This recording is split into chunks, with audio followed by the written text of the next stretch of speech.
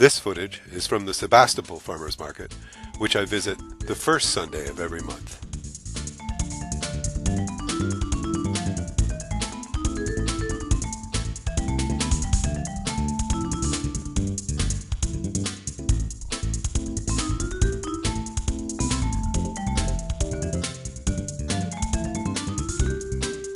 I'm throwing casseroles today, and I'll show you how I make them.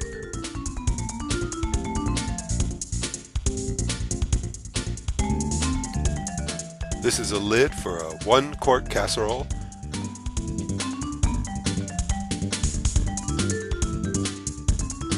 I measure it at 8 inches. After firing, it'll be a little under 7. I speed the video up to twice its actual rate so that you can see the entire process.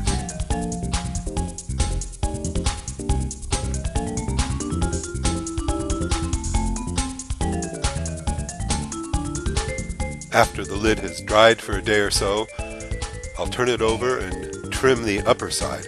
I'll show that later in this video.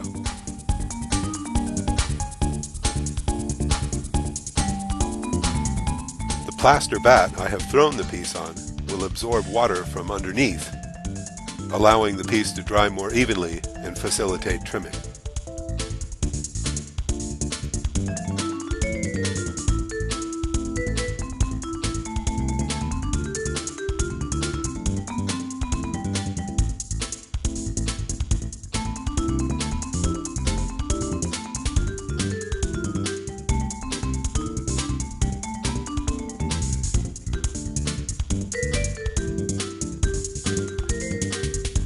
I prefer the clay to be fairly stiff for casseroles so that the pieces won't wobble during throwing. This will allow the lid to fit more perfectly. This wheel wedging, which some people call coning, aligns the clay internally and helps to keep the piece round and centered during throwing. The greater the pressure I exert, the stronger the piece will be after it's fired. I use a needle to check the bottom thickness.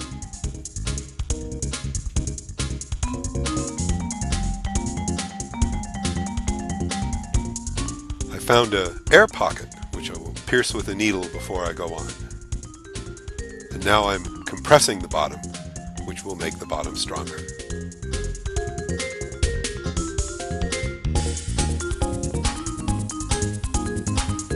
I use this 8-inch section of dowel to measure my work.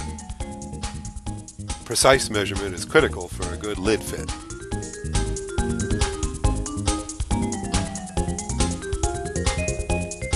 I keep a mirror a few feet in front of the wheel so I can see my progress from a distance.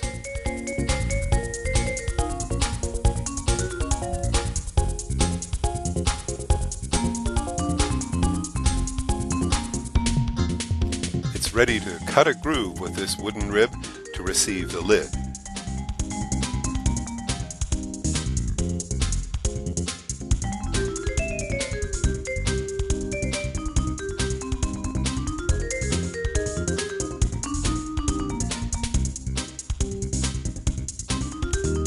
When I throw 6 casseroles, I'll throw 9 lids so that I can mix and match to find the perfect fit for each piece.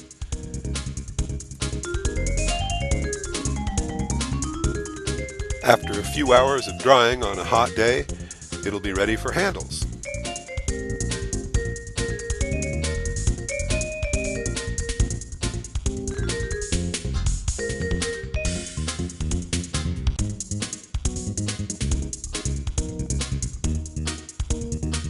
The pale color inside the casserole accentuates the meal within.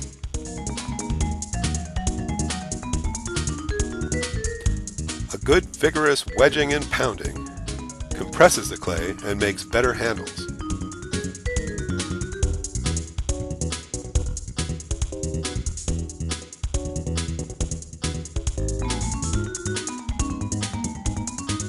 Cleaning the die is part of prepping the extruder, which is like a big steel garlic press.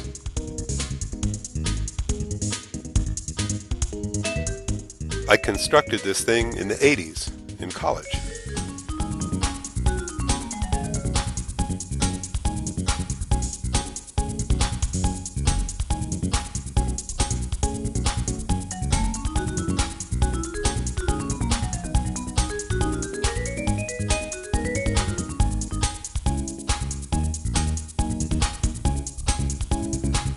Just like every aspect of working with wet clay, compression is key.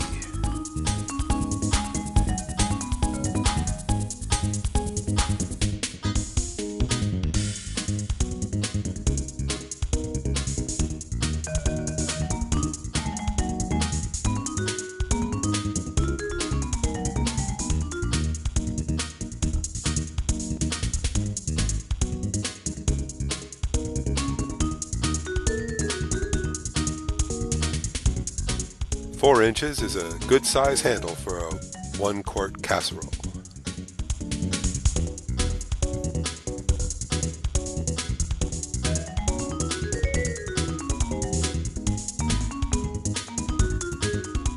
This casserole is now leather hard, which means it's stiff enough to receive the handle without distortion, but moist enough for a good strong attachment.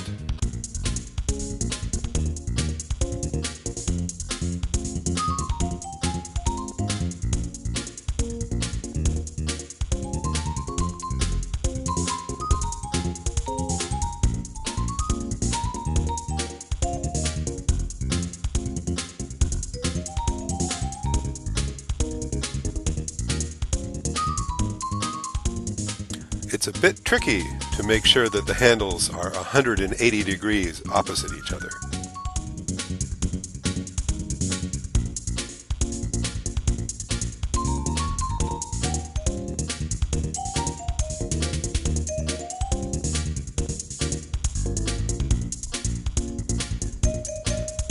Once the lid is leather hard, I recenter it upside down on the wheel for trimming. The objective is an outside curve which conforms to the inside curve that I imparted during throwing.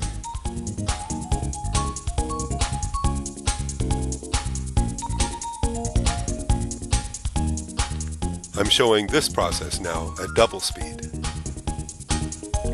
I check the thickness of this piece by tapping with my right hand while I touch the piece with my left hand, and I can feel the vibration. I smooth the trimming marks with the sharp edge of this flat blade. I burnish the surface with the side of the blade, which reduces pinholes and other glaze flaws in the finished piece.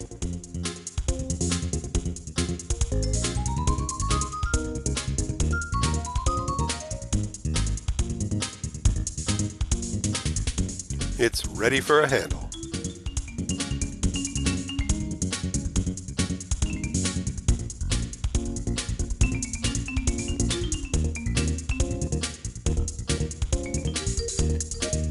These long, skinny boards enable me to weave in and out of tight spaces.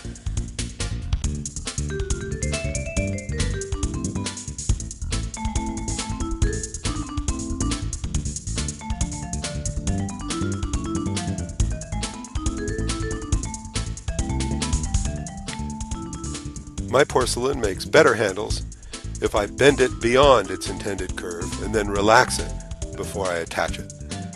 This prevents cracking and other flaws.